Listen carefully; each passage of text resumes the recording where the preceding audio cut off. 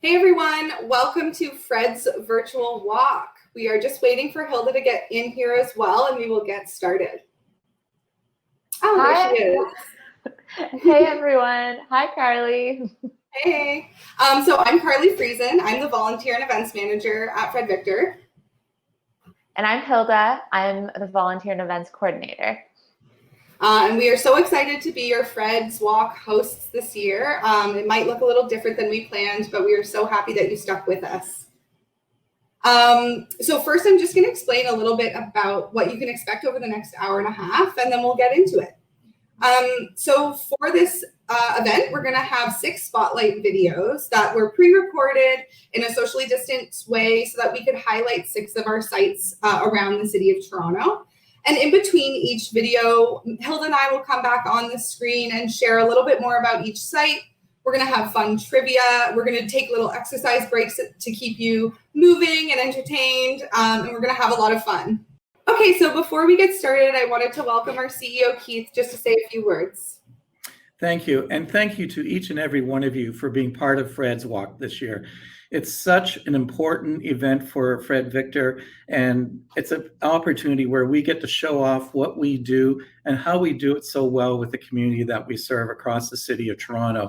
And this year, more than any other year during this pandemic, we are so thankful that you, our great supporters, have been with us throughout this moment in time and supporting all the work and efforts that we do to work with our community and work with the City of Toronto to ensure that we deliver the best service and programming to all our clients across the City of Toronto. Thanks, Keith. I also wanted to know if you could just take a second to thank some of our sponsors this year. Yeah. I also want to thank all our sponsors this year. They've been an amazing group of folks who have been working with our staff here at Fred Victor. And specifically, I want to thank the Dream Office, Interact, McCarthy Tetro, State Street, and the Boiler Inspection and Insurance Company of Canada. Thank you all for your amazing support and how you've been with us through this difficult time. So Keith, could you speak a little bit about where the money from Fred's Walk is going this year? Well, this year, as we mentioned, the impact of COVID on the organization has been immense. It has increased and stretched our capacity to deliver services in a meaningful and impactful way to all our clients. And this has meant increased staffing costs, increased food services. In fact, we've served thousands of meals since the COVID pandemic started in March. And the need for more food supplies and food support supplies, as well as increased cleaning of all our program areas to keep people safe and secure during this COVID pandemic. This will help and alleviate those pressures that we face each and every day. In addition, Fred's Walk supports our programming and the ongoing work that we do in all our programs, from our transitional program to our housing, to our shelter services, our mental health and support services across the City of Toronto. And again, I want to thank each and every one of you for being part of the exciting family that is Fred Victor.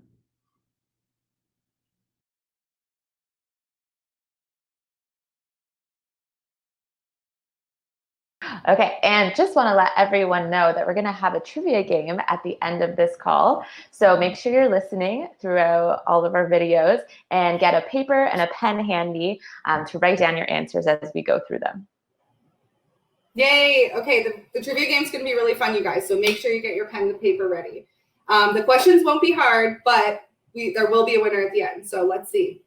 Now, maybe I think we could start with our first exercise break. What do you think, Hilda? That sounds pretty good to me. So for our first exercise, we're actually going to exercise our lungs. So I thought, we're in a kind of turbulent time, and just to calm ourselves and relax, have some intention about why we're here, I wanted to start by taking 3 deep breaths together. So find a nice, comfortable seated position, stretch out your back, sit upright, and let's start together and inhale through your nose. And exhale through your mouth. And 2 more times. A deep inhale through the nose. Exhale through the mouth. And one last one. Maybe close your eyes for this one. Inhale through the nose. And a nice long exhale through the mouth. I think I'm ready. I think so too. Thanks so much, Hilda, for leading that little exercise. I can't wait to see what other ones we have on the call coming up. Can you maybe tell us what our first video is going to be? Yeah, I'm super excited about our first site. So it's called 40 Oaks, or CRC. It is the newest site of Fred Victor. The CRC officially amalgamated with Fred Victor in January of 2020 this year.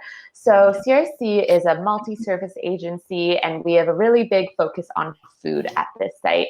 And it is located in one of Toronto's most vibrant and diverse neighborhoods, Regent Park. So just going to let you know, so a quick history about Regent Park. It is actually Canada's largest and oldest social housing project that was built in 1948.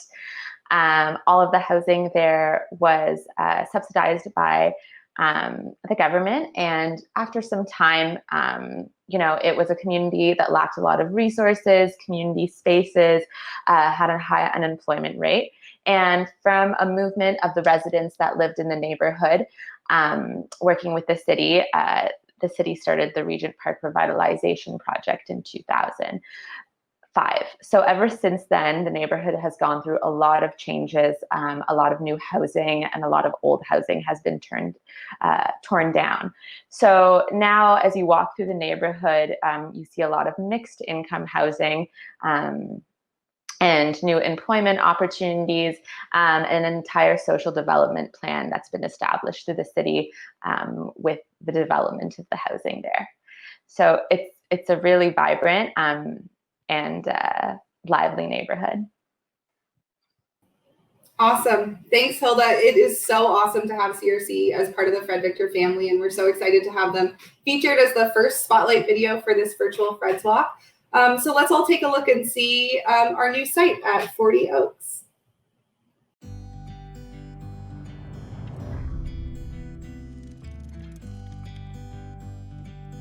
My name is Mark Woodnut. I'm the Senior Manager of Community Food Center here at Fred Victor's CRC 40 Oak Street site. Right now we're in the beautiful community hub space. Here at Fred Victor at the CRC site, we're really focused on food security and food access. So we have a meal program where we serve about 50,000 meals a year in our drop-in space here. We have a strong focus on nutritious meals that are delicious to eat, that are sourced ethically from farms around Ontario as much as we can, and are served by our staff in this drop-in space where we really put a focus on the dignity of the experience for the community members who are walking through our doors. We make sure that we connect with people as they walk in the door. Our staff are here to refer people to resources, to connect people to activities such as like knitting. We have bingo here every Monday. We have other kind of arts and crafts programs to help connect people to each other and to the food that they're eating as well. Really, we want to start with food and see what we can do to build people up and be able to connect them to each other and build stronger communities within Regent Park here. So we have our food skills programs, which really help to bring people together around food, cooking food, sharing knowledge. They're intimate settings where folks come together, about 15 people or so, cook a meal together in the kitchen. We have leaders from the community and volunteers who help take a leadership role in the community in the kitchen. And help to guide those sessions, sharing their knowledge, bringing their skills to the table, and then of course we sit down and eat a meal together, which is really what Food Center is all about, is creating the community around food. And then we also have gardening programs, which I'll let Shrafi talk a little bit more about.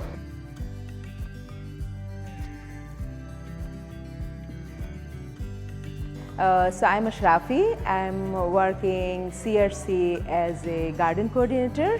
The garden program brings all the community together, and I feel this is not only the food security, also break the social isolation. It's helped people more like belonging each other, mental health, and also people get support by each other through the garden programming. And I also feel the community loves to grow their own cultural food.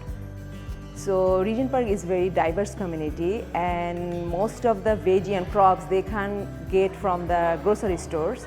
So they bring the seed from back home and they share the seed with their neighbor, their gardeners peer, and now most of the gardeners, they grow almost the same crops in their garden. So another way that we help folks that come through the door is that we have a number of different avenues for folks to connect to the necessary resources that they need. And we do that through our advocacy program, which is a peer advocacy program, which trains folks from our neighborhood in the community who have experience with poverty and marginalization to gain the skills to assist other folks who are dealing with those issues navigate the social service system. So we have an office here that provides that information and referrals and is a point of contact for folks when they come through the door, when they're coming, just for a meal perhaps, but we may learn from them through engaging with them that they need other resources. They may need housing, they may need access to other food programs, they may need Ontario Works or ODSP resources or advocacy done for them so that they can access the benefits that they need. We also do some organizing with folks around parents' issues within the community here, and we cultivate a space here where folks can come together, talk about the issues that are most impacting them, and be able to take some action on them in the community.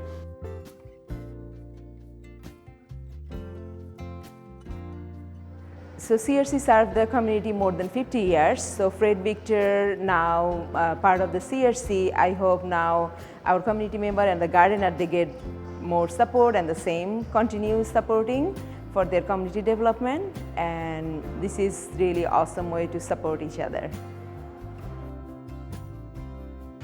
So our volunteers are integral to just about all of our programs across the site here. We couldn't do the work that we do without them.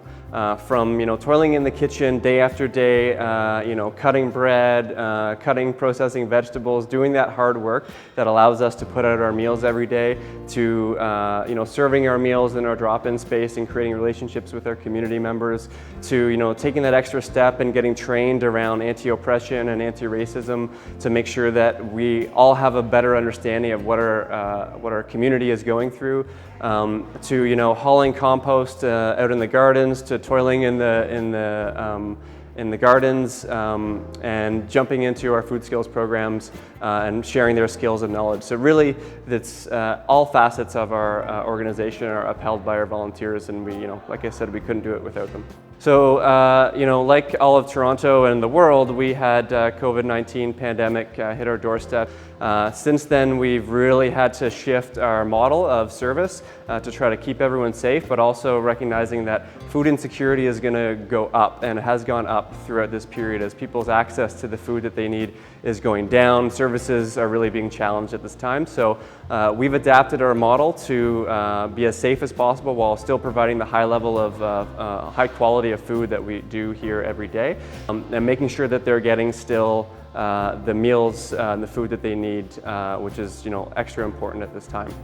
For the gardening program, now the COVID-19, we are planning for more supporting to our gardener as a hand washing station, and we keep in touch, phone calling to our gardener. If they're calling us, we also give them support how they can go through this situation. So we love to continue support them even the COVID-19 to grow their own food. Now more people are interested for growing their food, but there is not enough space for gardening. So that is really challenging for us. Now more people asking, and our waiting list now getting big, more bigger. But we'll try our best to make more shared garden, communal and allotment garden. And some garden we also changing the model, like a one garden for two family they can share. At least they grow their essential food there. As a message to the donors of Fred Victor, we couldn't do this work without you, and we appreciate your generous support throughout the years and moving forward. Please continue, support us, and we love to continue our work. then we all make the community better together. Thank you so much. We can't do anything without you. Thank you.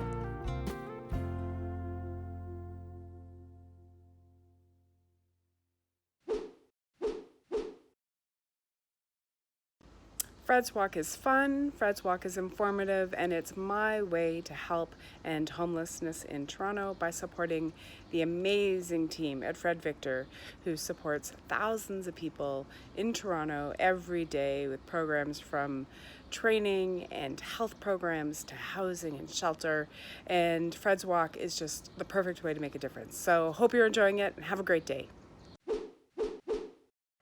That was awesome. Thank you so much for your support and sharing that. If others would like to share why they're supporting and participating in Fred's Walk this year, please don't hesitate to do that on the comments section.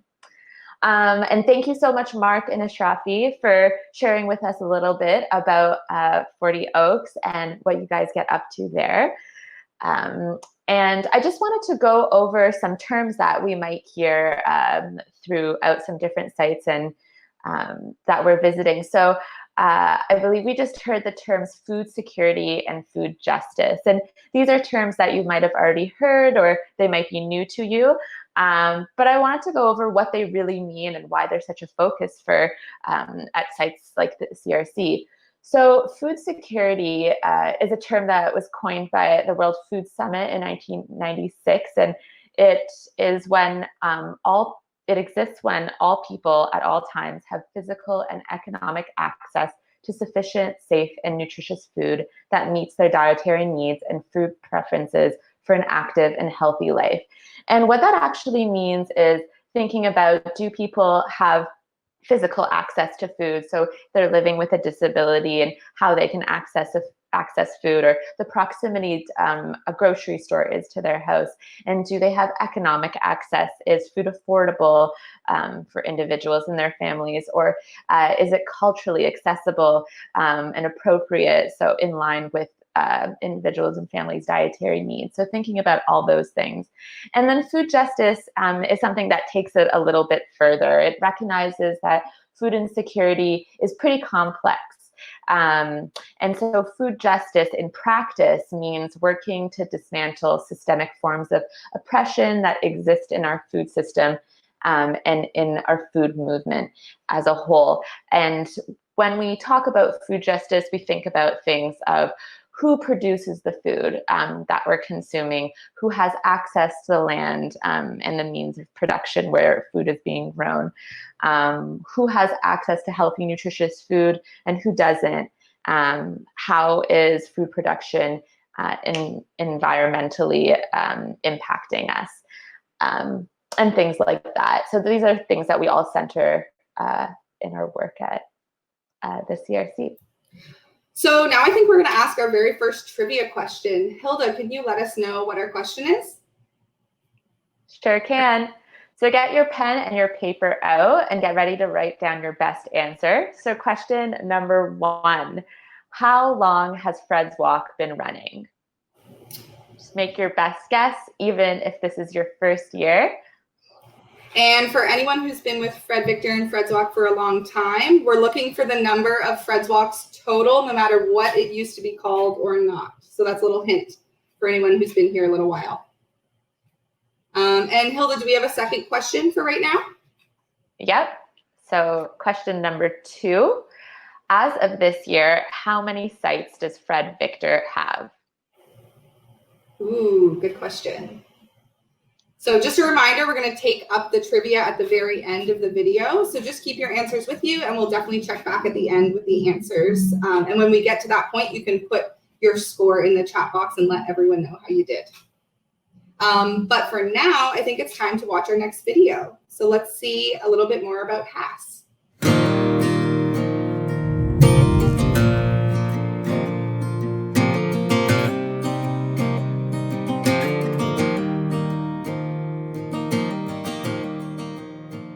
So right now we're situated at the site of Deep Kwang Nonprofit Housing. This is a location of transitional housing in the core of downtown Toronto. My name is James Fontaine. I am a concurrent disorders case manager with Fred Victor. I work in the concurrent disorders supportive housing program as well as the addiction supportive housing programs. We are looking across the city of Toronto. It is a 64 tenant building of people over the age of 18 and of all genders. It's transitional housing, which kind of has the goal of helping people find rent geared to income housing initially here, and then in the future to transition on to some more permanent forms of housing. My name is Ubah Noor, and I'm with the Mental Health and Addictions Case Management Program. The clients that we have, we meet them either at shelters or they are having housing that is non-permanent, living with family. So we start by completing applications for the clients for housing connections, which is more of a long-term wait list. We also assist clients in getting housing support workers from different programs that we have at Fred Victor. Fred Victor has partnered with Deep Kwong to provide some case management services on site to help those tenants who are residing here already, and as well as interviewing and bringing in new residents if there are openings. So we help clients find resources that they may need or support them in the transition onto long-term housing after this. HAS stands for Housing, Access and Support Services. One of the important things that we do is making sure that clients have access to income so that they are able to afford the housing. So we support, at least in my program, we have 32 clients that we provide subsidies with and provide long-term case management and long-term housing arrangements in the city of Toronto. And HAS also includes the post-incarceration housing programs, and we have general case management provided by HAS workers in multiple partnership locations across the city, such as Deep Kwong, where we are. The other program that comes under HAS is the Streets to Homes program, which is connected to the City of Toronto Streets to Homes program. Another program that we have is the MDOT, which is the multidisciplinary team that is outreaching to homeless populations to support them in terms of getting psychiatric support while they're in the community or being housed at shelters and other housing. We work within a housing first framework, which truly values the importance of having your own home and platform in order to be stable. I think the success rate of finding housing is 85%, I would say. And the need is ever increasing. Generally, though, we are working very hard to fulfill all of our subsidies and housing goals. I think the most important program for clients with mental health and addictions is our Mental Health and Addictions Case Management Program, which supports clients once they are housed. So we're going to be working with the client to kind of get over that initial big life change of coming into housing and whether it be experiencing years or decades of homelessness and now having housing. Like income, vocation, education, if they have issues with the legal system. Once the client is housed, we do access other services within the Fred Victor umbrella. One of the most important ones, the employment and training programs that we have at Fred Victor, that our clients can access once they are housed and their basic needs are met. I've had experiences supporting clients, resolving decade-old immigration issues. I have one of my clients who has a child who was apprehended, a severely disabled child who was apprehended and was in a home outside of the city. I helped her go through the legal system to be able to work with Children's Aid Society of Toronto to overcome the issues that she had that caused the child to be taken away. In working with her over a term of 3 to 4 years, we were able to have the child back in a couple of years and work with her to continue to get that education and support within the home in how to care for her son. The program that I work for works specifically with the Somali program. in the west end of the city, and we have the Tamil program, which is in the east end, more in the Scarborough hub. And these two programs are culturally specific and serve community members whose language and culture is different. And so the services that we provide are holistic and culturally competent. Both the Somali community as well as the Tamil community are refugee immigrant communities who have issues with trauma of war and loss of family members in war. It's a vast support system that is required to make sure that our services are holistic and well-rounded. Because I know like our broader motto as an agency Mandate. is I guess helping people find purpose and place. So definitely in terms of finding place, my program, because of the amazing donors, we were able to afford adequate housing and quality housing for our clients. We're able to provide them with apartments that are clean, sometimes brand new renovated, and it gives them a strong, healthy platform to meet their goals. And so we are, in my program, designed to provide long-term housing independently, hopefully in a market rent apartment in the city of Toronto. has a mandate of housing clients and making sure that they are supported in the transition from shelters to housing, as well as continue that support, that seamless support in terms of giving them a foundation. We are kind of identifying any of the needs that would arise and making a care plan that would support that. So we're working in partnership very closely with the doctors and mental health professionals, assertive community treatment teams from other agencies to really kind of be a great circle of care for that person. So I would just like to offer a huge thank you to all of the Fred Victor donors. Our programs rely on your support, and I just would at least like to convey all of the magic and success that I'm able to bear witness to in the work that we do with our clients. It happens, and it's all supported by your donorship. Programs that we have are really much needed, particularly at this time where housing is a crisis. So we do appreciate your support. We appreciate your continued support.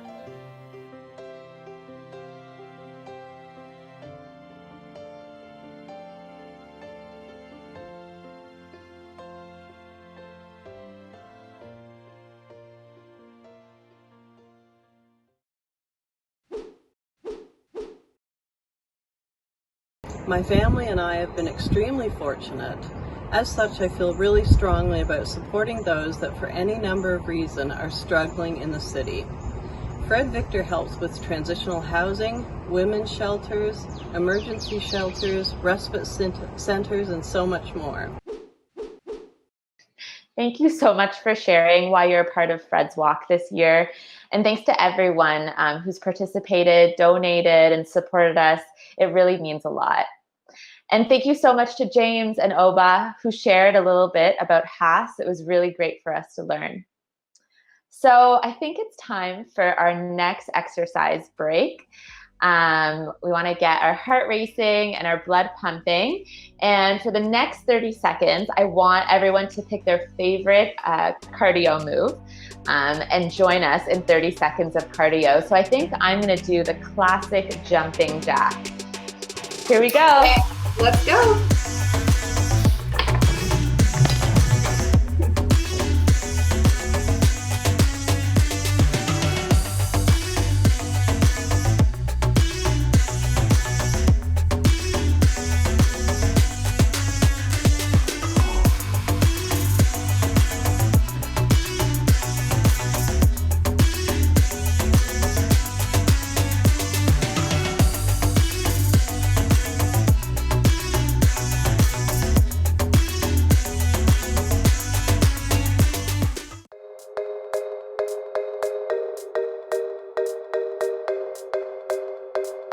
Woo! Okay, thanks Hilda for our second exercise break. I'm sure everyone's got their blood pumping and we're feeling energized for the rest of Fred's Walk.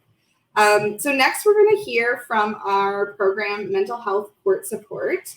Natasha is going to speak to some of the details in our spotlight video. We have had Mental Health Court be part of Fred's Walk once before, but they've only been apart once. So for most of you, this will be some new information and a new site to learn a little bit more about, which is great. We have a number of mental health programs throughout Fred Victor and with our new amalgamated partners, CRC, as well. But this one specifically deals with people who are in conflict with the justice system. So let's see what Natasha has to say.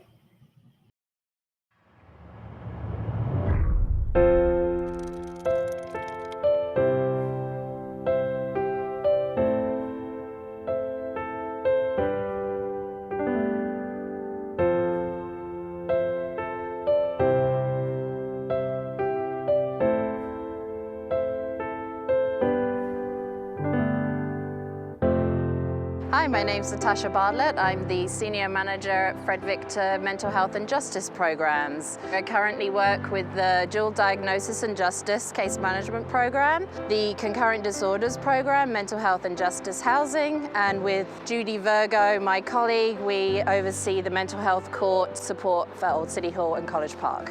The designated mental health courts, such as Old City Hall, which is one of the largest in Ontario. It's a court that looks at people from a lens of mental health and from a lens really of poverty as well. Some of the supports within this program that Fred Victor provides individuals is mental health and addictions support with people who are coming through the justice system. If you're charged with a crime and have mental health and addictions, you come through the mental health court system, connect with court support workers who will broker you into the community support network. So looking at all social determinants, health, housing, psychiatrists, basic needs, and counseling.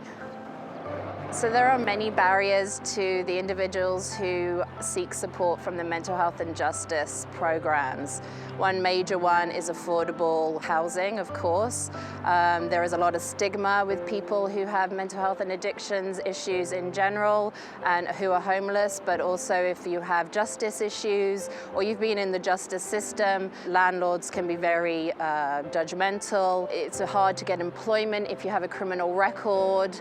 That's why the mental health court is very important for people who may have committed a crime because of their mental health and poverty. And so once they come through our program, their charges can be withdrawn and or stayed, so they don't have a criminal record. When you look at somebody who is on the streets or utilizing the shelter system within a city or a town or who has precariously been housed, there are many issues and circumstances that has got that person to that stage in their life. It's not just people who you see sleeping on the streets. It's not people who are just living in shelter. Homelessness can mean a lot of things for a lot of people, and it can happen in many phases of their lives. If you are living on the streets or in precariously housed situations, anxiety is very high. You're exposed to a lot of violence. You're exposed to very unsafe conditions. Mental health and addiction issues are exacerbated if you're living on the streets. It's not a pleasant place to be. So especially in the times that we're living in right now with a pandemic virus in society, many mental health and addiction agencies have had to close their doors for service. Many restaurants and cafes that we use to meet our clients in the community have closed their doors. Public washrooms have been closed. It's very difficult if you live on the streets or are precariously housed to find a place to wash your hands or use safely or just get out of the rain. So yes, so it's escalated during this virus pandemic. To give you a sense of what happens within the mental health and justice programs, I'll use a couple of examples to give you a sense of how the mental health court can work for an individual and how important it is to have a mental health court system in society. We could get a release from Old City Hall. Someone's come out of jail. They have committed a low entry crime, and so they're coming through the mental health court system because they've identified that they have some mental health and or addiction concerns. They connect with the mental health court support workers who then begin to build a relationship in conjunction with the client, involving case managers. So the three people work together, they get to know each other. The case manager is out in the community helping the client meet his or her needs. So it's very individual based, and it's very based on client needs. So working in conjunction with the Crown, advocating for the client, promoting the good work that the client is doing, connecting with their community support, be it finding a safe place if possible to stay, connecting with psychiatrists or counseling, connecting mainly with health providers, even to the point of like they're eating regular meals if they are living on the streets still.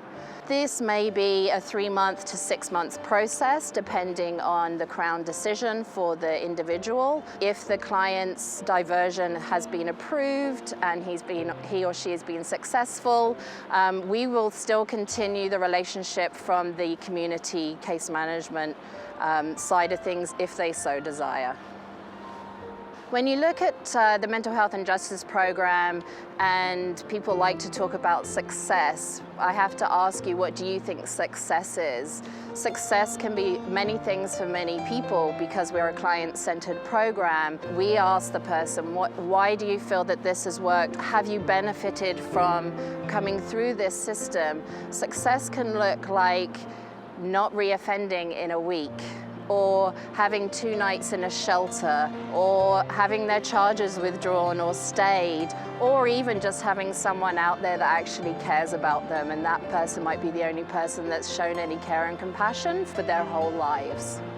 The Mental Health and Justice Program does not work alone.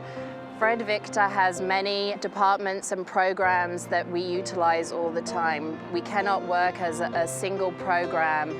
Many case management programs and housing programs connect closely with the mental health court support, like the post-incarceration housing and follow-up program, concurrent disorders program.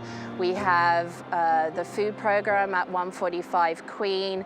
Our clients utilize the drop-ins a lot, especially the 24-hour women's drop-in, as there's not a lot of places for people to go. It really does take a village to provide a caring and compassioning support network for someone who really does deserve the respect and dignity of living well.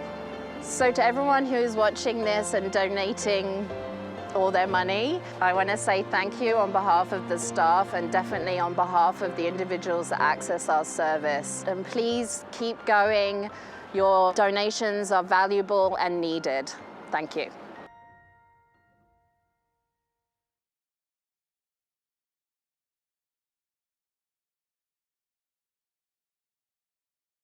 Thanks so much, Natasha. That was really informative. Hi, I'm Judy. I'm Director of Development at Fred Victor, and it's my privilege to thank all the individual participants for taking part in Fred's Walk this year. It's been a phenomenal year.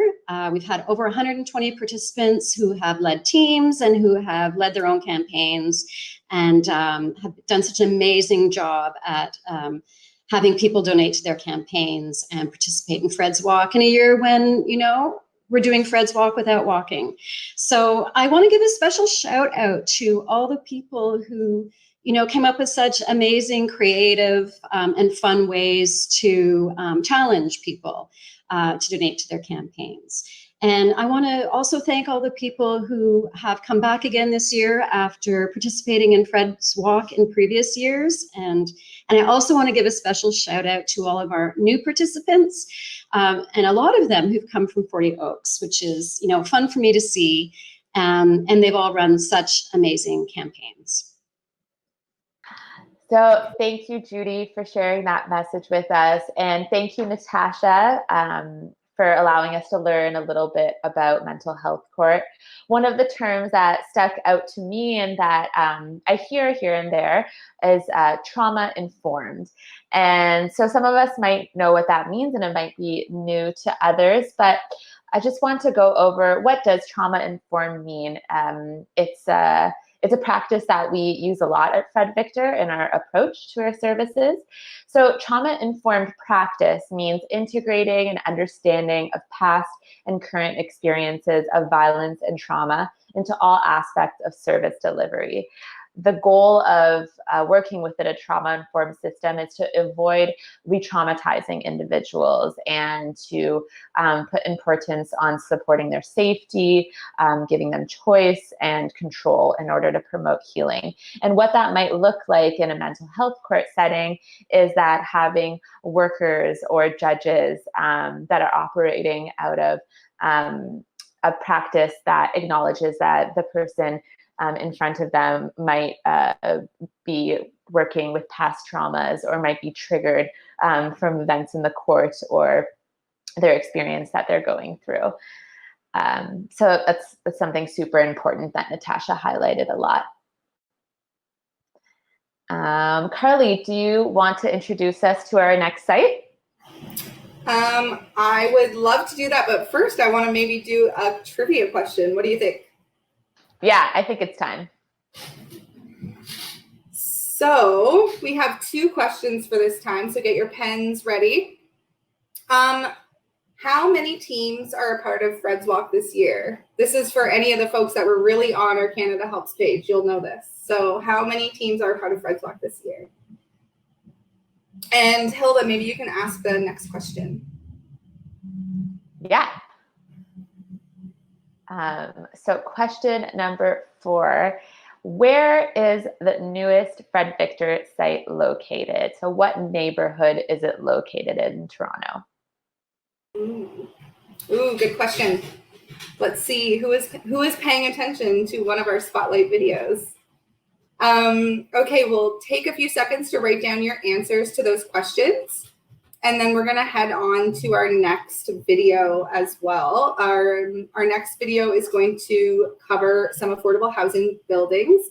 Both of them are in East York. So they're both buildings that we haven't been able to cover traditionally in Fred's Walk that's been in person because they're too far to walk to. So we're really excited to be able to share them this year because it's the advantage of doing the Fred's Walk virtual is that we can go to some of these sites that are a little bit further away. So our primary site that we're going to highlight is Dawes, but Denise, our speaker, is also going to speak a little bit about Mortimer, affordable housing building that's quite close to Dawes as well. And just before we go to that video, I did want to speak a little bit about what affordable housing is. Denise will speak to it as well, but just to kind of give you an intro, there's almost 100,000 people in Toronto on the wait list for affordable housing. And the city defines that as 80% of market rent. So if you take whatever you're paying for rent right now and you give yourself a 20% discount, that's how much the city determines affordable housing. I don't know about you, but 80% of my rent is still kind of expensive. It's not accessible to a lot of people in the city. So even when we're talking about affordable housing, we still need to do better as far as what that affordability looks like from person to person, because not everyone is able to afford even 80% of market rent, especially in Toronto. So let's go to Denise to learn a little bit more about affordable housing and specifically Dawes and Mortimer, 2 of our programs.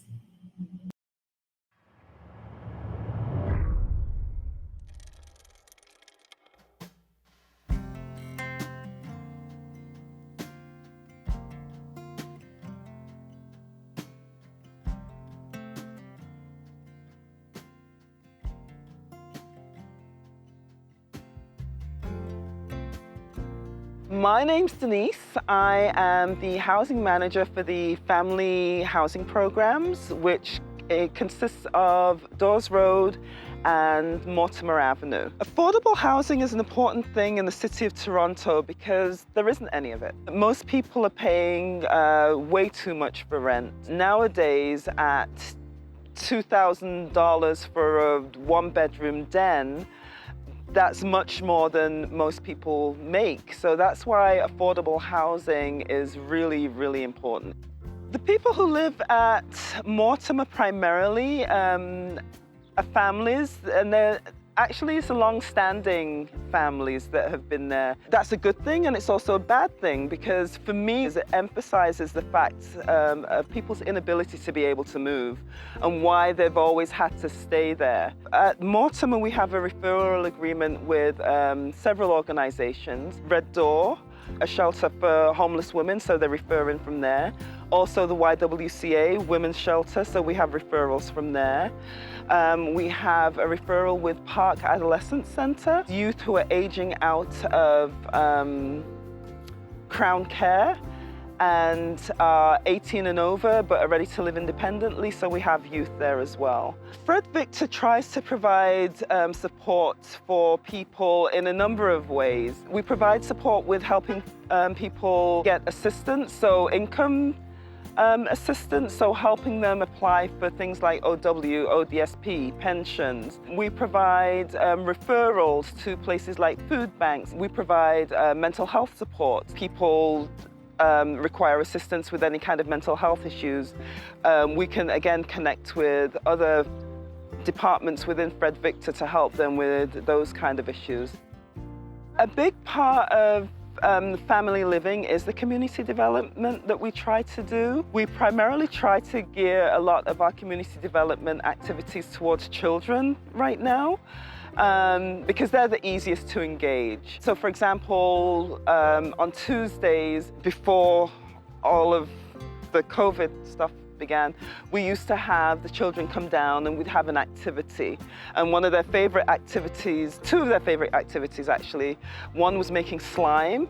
They could do that every week. They loved that. And the other one was the Coke and the Mentos. So they'd come out and we'd do the Coke and the whole Mentos thing. When it comes to the adults, they're a little bit more difficult to engage, but they enjoy the things like our community garden. So again, there was one day a week where we'd have the community gardening group come out. We've tried cooking groups. We've had social evenings like bingo, movie nights. We have the TV in our common area. So those are the kind of things that we do to try and develop a sense of community. Because the other thing with apartment buildings is that there can be this sense of isolation. So that's one of the things that Fred Victor tries to do, is to provide a sense of community. We're trying to put together a series of workshops for some of the adults in the building. So even something simple like banking, you know, financing for low income, how to find resources. So we had put together a workshop that we were going to be delivering, but again, that's been put on hold for the next little while. The turnover here is very, very minimal. We're lucky if we get, you know, a unit every year, basically, because people live here for so long. But yes, if we do get new people in, it is predominantly from the shelters, from the shelter system. Because of the COVID, we have not been able to continue with our delivery of the community development stuff, which is really unfortunate. Because again, during these times, it's the parents with the kids at the home that really need some kind of outlet.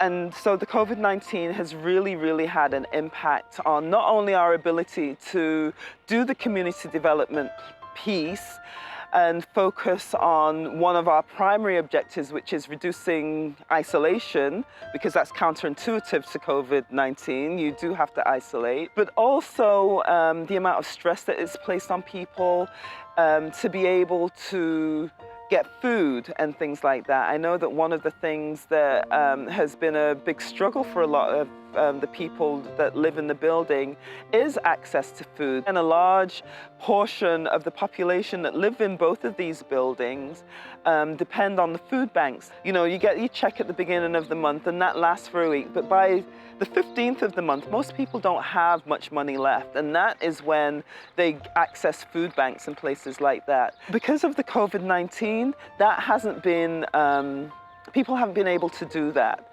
And so definitely there's been a shortage of access to food for many of the residents in both our buildings.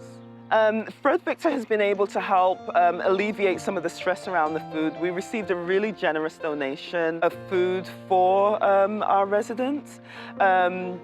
So we're in the process of bundling that up, creating grocery parcels that will be going out sometime next month. And those are the kind of the things that we really appreciate, because those are the kind of things that people really need at this time. There are so many people who are struggling with social isolation, and that is one of the things that we'd really like to focus on.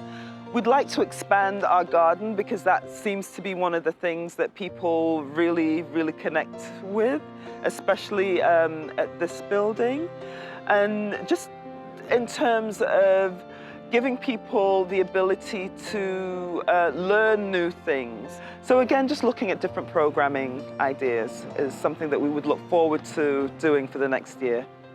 Things like the food donations, are really greatly appreciated by the people here, because otherwise we're not sure how they'd be able to make ends meet, especially now with not having access to the food banks. So we, many thanks to all our donors out there. To everyone who's watching this, thank you very much for all of your support, and hope that it will be ongoing. For me, one of the things that I find is that people don't find normal things very sexy, but I know that you all recognize that and are just helping to support people to live a normal kind of life, the kind of life that some take for granted, and we really do appreciate that.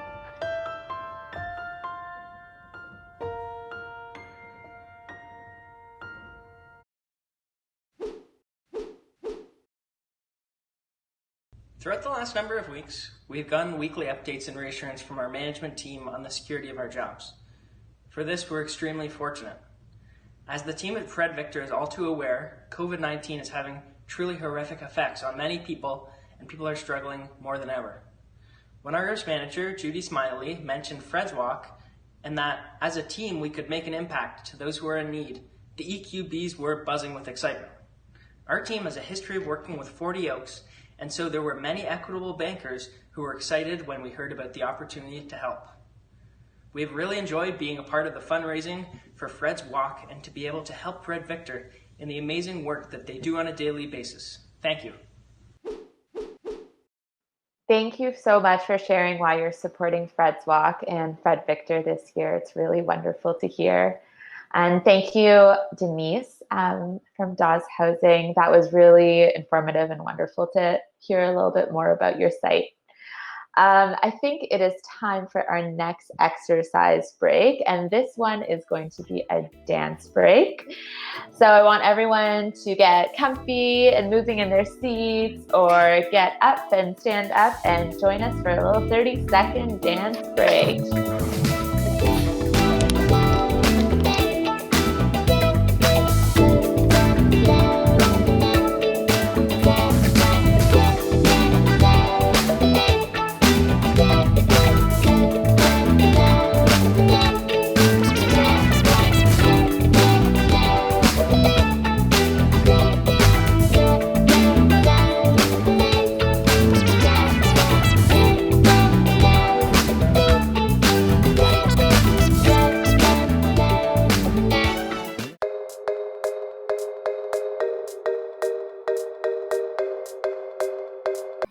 Woo! Okay.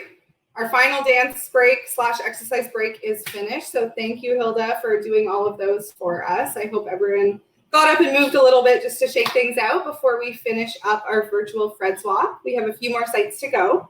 So our next site is going to be the 24-hour respite. So this is one of our programs that's accessible to anyone of any gender. It's pet inclusive as well, which is really lovely. Denise is going to speak to the details on her video. It's another Denise. We have a lot of Denises here at Fred Victor. But first, I just wanted to share a little bit about the context of the neighborhood. So this specific respite is located just outside of Exhibition Place. And we've moved a few times, but we've been here now for a little while. And when we moved here, we actually had a neighborhood group start up to support us. So a lot of times we have issues of what we call NIMBYism, and that's not in my backyard. People sometimes struggle with the idea of having a respite or a shelter in their backyard or in their neighborhood, but something really awesome happened at this location. A number of neighbors got together and they started a group called Project Comfort. And so it's been really cool to have such strong support from the neighbors when, that's not always the case. So we do want to give a shout out to them and say thank you. But let's hear a little bit more about what the site does and who it supports from Denise.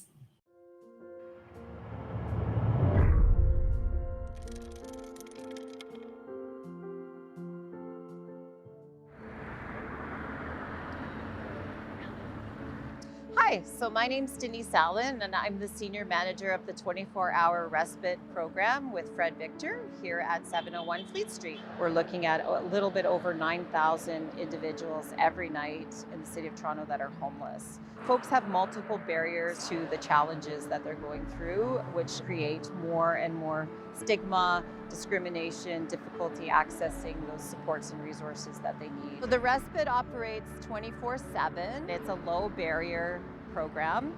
The idea is that folks can come in, they don't have to go through a formal intake process. They don't have as formal curfews as they would at another shelter location. They get a hot meal, they get showers, they can access laundry, and then gradually as they get to know staff, they'll start to access some of our supports, our housing worker, our mental health workers, our case management, specialized case management services, our street health nurse, and some of the other services that we provide on site. And then we start referring folks as well into other community resources. And then we try to get folks moved. This is sort of the first step in the moving towards housing. Emergency sites such as this are necessary in the City of Toronto for a number of reasons. One of the reasons is that Toronto is in the top 5 of the most expensive cities to live in the world. We see the housing market, the rental market shrinking. We see the cost of rental units going up is unachievable for a lot of folks, and so people are falling through the cracks over and over again. And then we have folks with multiple barriers. So we see folks that have complex physical health issues, that have mental health issues, that are substance users. We see folks that are going through immigration, that have been in contact with the justice system. So lots and lots of folks that maybe previously were doing okay are now struggling, in particular that senior population. This is a pet-friendly site, and that is one of the reasons that we're a low-barrier program, is that folks often have really close connections with their animals and would like to seek shelter with their animal. Animals are like your children and your family, and so folks want to bring those animals with them into their supports and services. The people that we meet here every day have such strength, such resilience. They are talented, they are capable, they are supportive of one another, they are worthy, and it's my great privilege to be able to work here every day. Folks really take care of one another in this community, and you will find if somebody doesn't have a pair of shoes, somebody will go and give them a pair of shoes that they have. Whatever people need. Somebody's coat is stolen, somebody else will step up and bring it. And I can honestly say that for our donors too, that whenever we put out the word that we're low on towels, we're low on t-shirts, we have no socks, the community steps up and supports us, and I think people here really feel cared about by the community when those donations come in, because they know that they matter, and that is important for everybody to feel like they matter and that they're included. This is one of 3 structures the City of Toronto has in operation that are respite shelters. We've been here since May 2019. We've been in operation since the fall/winter of 2017. At that time, we opened as an emergency response to a growing number of homeless folks and to prevent freezing deaths of folks that was happening at that time. The space, it looks very much like a tent space, and normally we have 100 individuals in a very small space with cots. With COVID-19, we've reduced our numbers to increase social distancing, so we have about 50 folks at the moment at our site. And we are constantly intaking folks, even though it's COVID, so we still are continuing to take new folks in. We're doing a screening process with everybody at the front door and checking their temperature every time they come in, and just working on educating folks around the social distancing. It's been a particular challenge for homeless folks, the COVID-19 situation, because a lot of folks often spend their days out at libraries, accessing coffee shops, out at the park, and places that they are now not able to go to spend their time. So they're finding there's nowhere for them to go. A lot of the drop-ins are closed. Fortunately, the Fred Victor one is still open. We're very fortunate in that we've had the support of some great neighbors and collaborators at this site and at the number of the other sites that we've been at. We know that sometimes having a homeless community in your neighborhood can be intimidating, stressful. There's a lot of stigma around homelessness, but we've managed to be good neighbors and have good neighbors in this program. And we do have a community advisory committee, liaison committee that meets regularly as well to air any of those concerns. So I wanted to thank all the donors that make programs such as this respite possible. I think that you have a lot of compassion for our community. You see folks slipping through the cracks and you guys step up. And I feel like everybody can make a difference. Everybody can do something to help, whether it's providing a meal once a year, a pair of socks, donating anything that you can, any monetary amounts, as much as you would spend on a coffee a day, makes a huge, huge impact and positively impacts the lives of folks who are in very difficult and challenging situations experiencing homelessness. Nobody chooses to be homeless. Nobody wants to be homeless. Everybody that we work with that comes through the door would want a safe place to live. And I do feel like people deserve to live in a safe and home environment that suits their needs, that fits what they need. And definitely that's a huge challenge in the city of Toronto right now.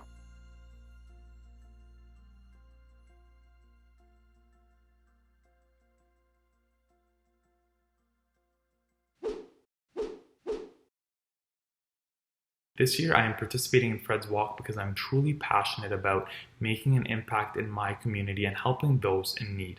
Fred Victor is a remarkable organization, literally doing just that. Every week, they provide more than 2,000 people with shelter and services, and over 10,000 meals are served. As I participate in the walk, I look forward to learning more about their programming, new facilities, where and how our fundraising contributions are going to make the most impact. The walk does this by providing an open dialogue with their incredible frontline staff. We get to hear more about their success stories and some of the ongoing challenges. Honestly, for me, the walk has been a humbling and informative experience that continues to inspire me to participate year after year and really gives me hope that together as a community, we can combat homelessness. Thank you again for sharing. It's so meaningful and wonderful to hear your personal connections and your reasons of supporting our cause in Fred's Walk and the work that we do. So thank you.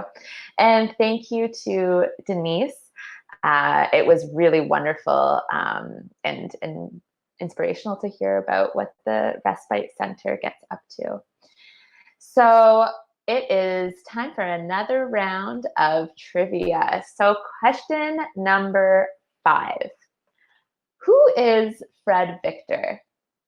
You hear the name a lot, but some of you might know him. Some of you might not. Make your best guess. Yeah.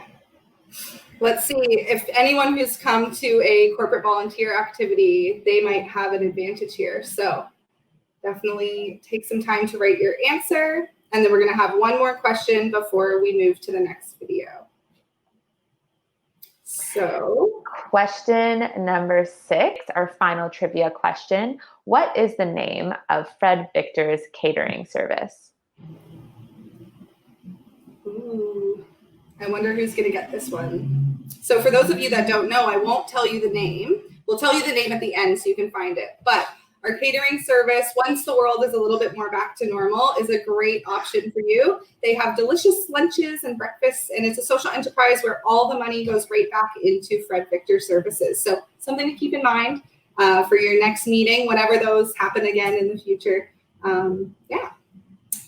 So I think that was the last question. Yeah. And I think we're off to our final site. Carly, can you tell us what that is? Yeah, definitely. So our last site is Mary Sheffield House. So Mary Sheffield is actually the founder of Fred Victor, the organization, and we named this location after her, which is really special. Mary Sheffield House is specifically for senior women who are experiencing homelessness or are precariously housed. Maureen will go into all the details there, but it's something that we're really proud of opening, as there is just such a lack of services for senior folks in particular, and within that group, especially for senior women. For people that are older and living homeless, whether it's in a shelter or precariously housed or really living rough on the streets, that ages your body at a much faster rate. So the issues that senior folks face when they're homeless is just really different than the average person. So it's super important that we have a program specifically for them. But again, I will let Maureen take it away with all the details.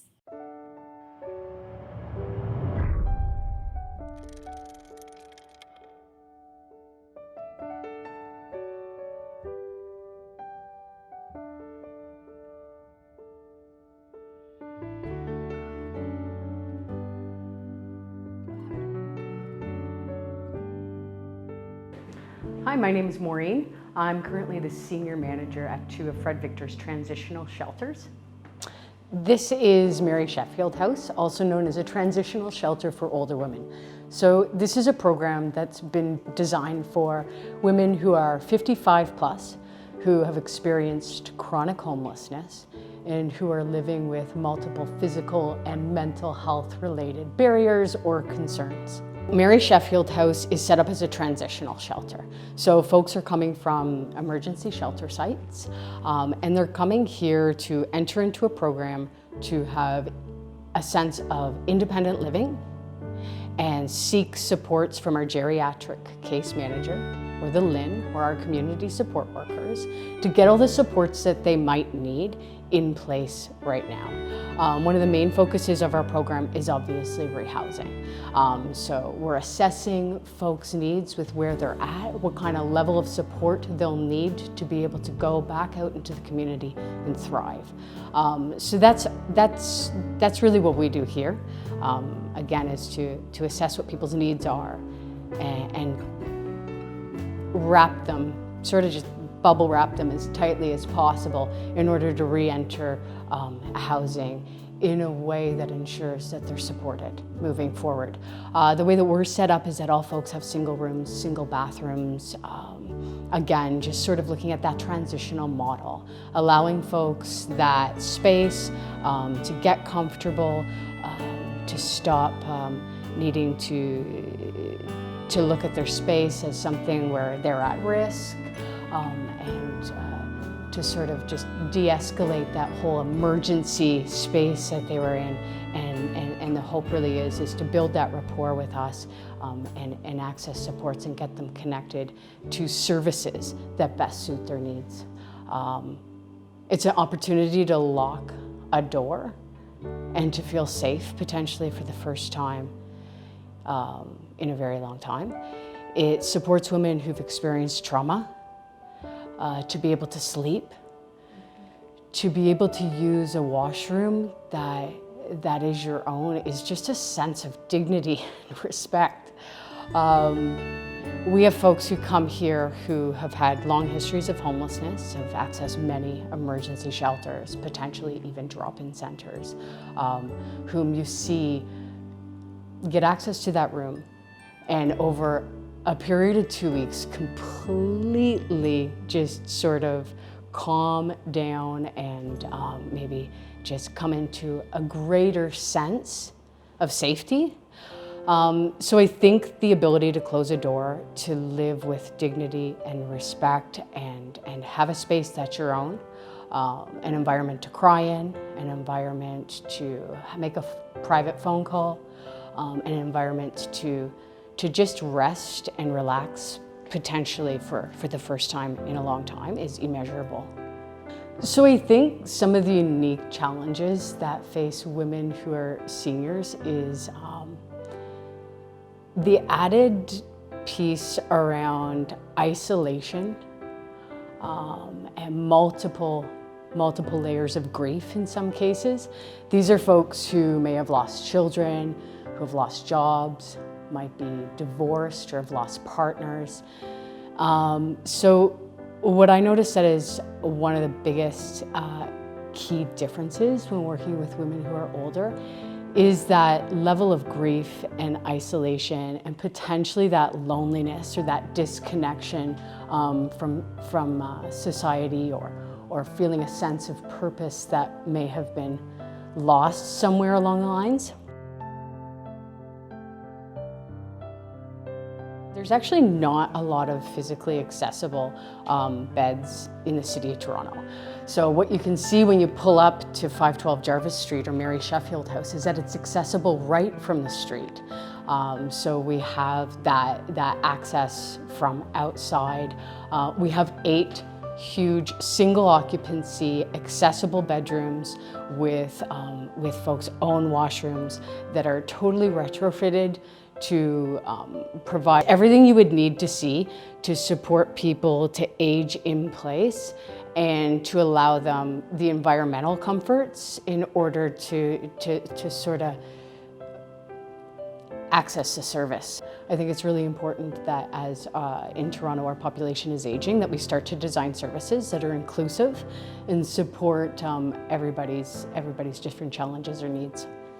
So one of the things that we find extremely important in terms of the community development piece at Mary Sheffield House is providing programming for seniors and several opportunities for folks to get together.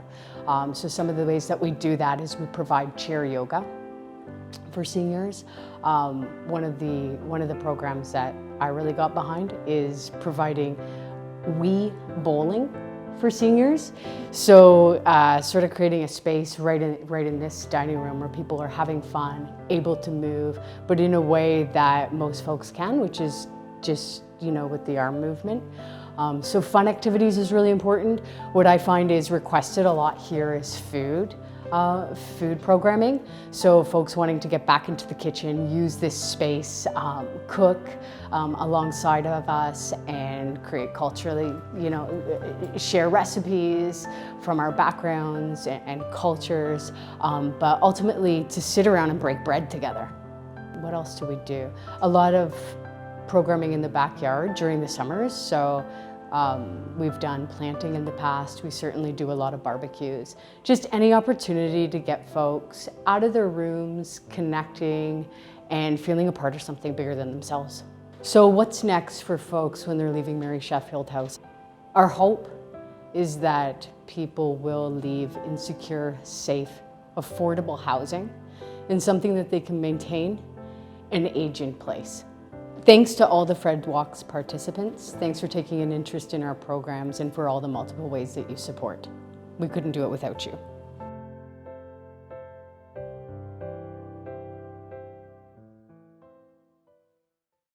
Thanks everyone for sticking with us through Fred's Walk. So now I wanted to get Marie, our Director of Fundraising and Communications, to say a special thank you to our donors. Marie.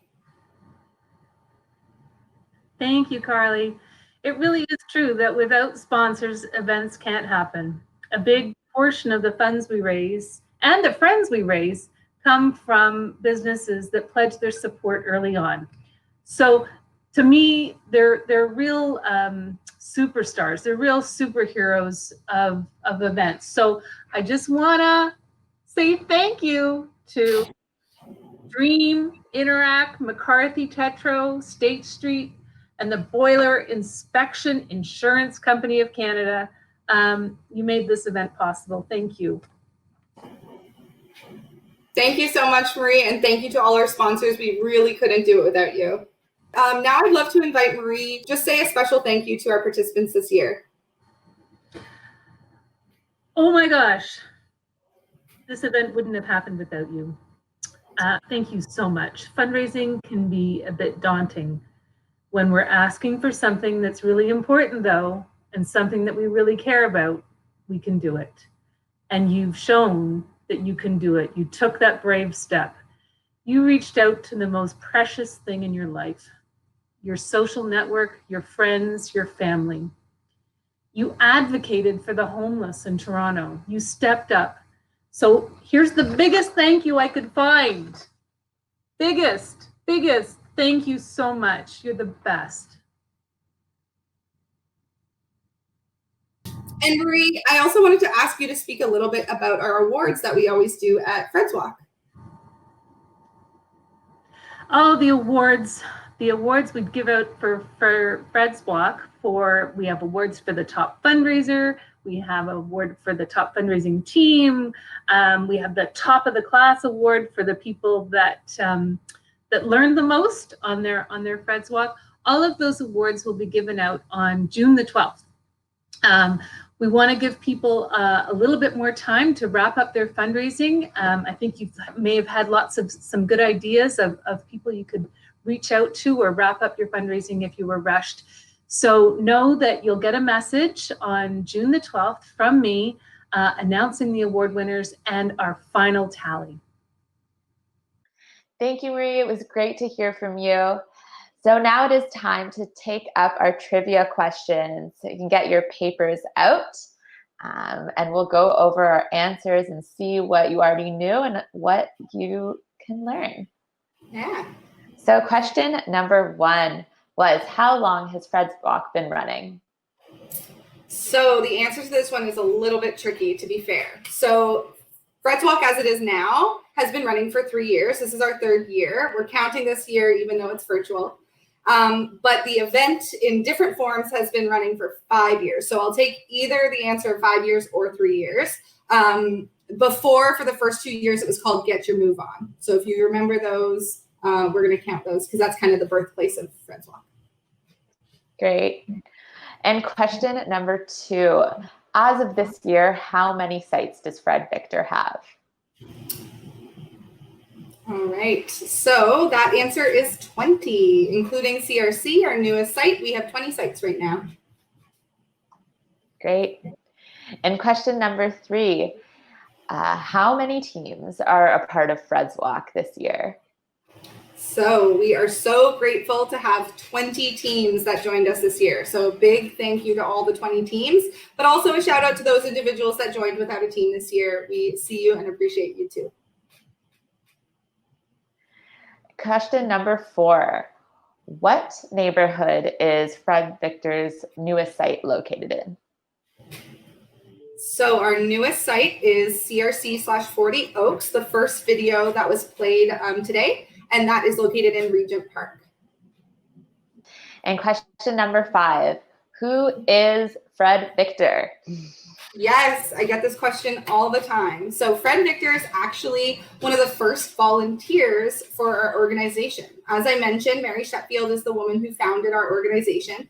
But at the beginning, when she started running things, it was almost entirely volunteer-led. And Fred Victor was one of those volunteers. If you know the building Massey Hall in Toronto, that's named after Hart Massey. And Hart Massey is actually Fred Victor's dad. His full name is Fred Victor Massey. So the Massey family donated a significant amount of money, and the land that our original location is on, and we're still there today. So Fred Victor has a really important part of the organization, but he isn't actually the original founder. He was a volunteer. Question number 6, final question. What is the name of Fred Victor's catering services? Yes, our very delicious catering service is called Friends Catering. And if you're interested in using them for any of your catering needs, it's super easy. You can just simply Google Friends Catering and they'll come right up. I promise they're delicious. I've had them lots of times. Thank you, Carly, for a very fun and informative Fred's Walk trivia. So that wraps it up for our trivia game. I encourage everyone to share their score in the chat box and let us know if you learned something new. And next, I'm going to throw it to our directors who would like to share a final thank you with everyone. At Fred Victor, our fundraising events have 3 main goals. One of them is, of course, to raise critical funds for our programs and services. And another is to raise awareness about the challenges faced by people who are experiencing poverty and food insecurity and homelessness. And especially right now, this is so critical. And the third is to get together and have fun. And I think right now we're all feeling a little apart. And so I hope that this event has helped you feel more connected to your loved ones and your friends and your colleagues and your family. And I want to thank you for, introducing people to Fred Victor and sharing your passion and maybe shifting someone's perspective. I hope you've had fun. I hope you felt inspired. And I want to also tell you to keep in touch because Street Eats will be coming up in November. So we hope you'll be there too. Thank you so much again. I'm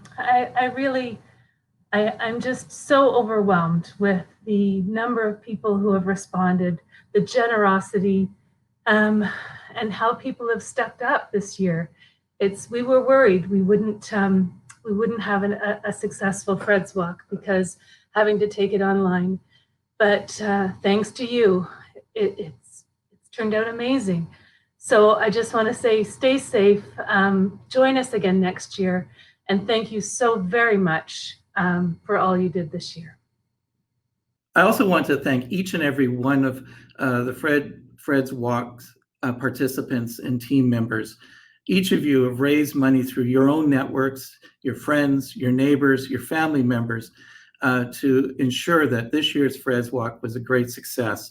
Thank you all, and you have made a great impact and difference in a person's life here at Fred Victor. So thanks to Keith, Marie, and Judy for those messages. And from Hilda and myself, I just want to say a huge thank you for sticking with us with the virtual form of Fred's Walk. It's been a huge shift for all of us, and yourselves included. But we so appreciate the support. It's been amazing. I'm so grateful. Yeah, thank you so much for joining us this year. We're so appreciative of your donations and your participation. Without you, a lot of our programs and services wouldn't be possible at Fred Victor. And thank you for everyone who did their best in joining us for our breathing and our exercising and our dances. Yeah, it was a lot of fun. Thank you so much. And we hope to see you in person next year. Thank you. Bye, everyone.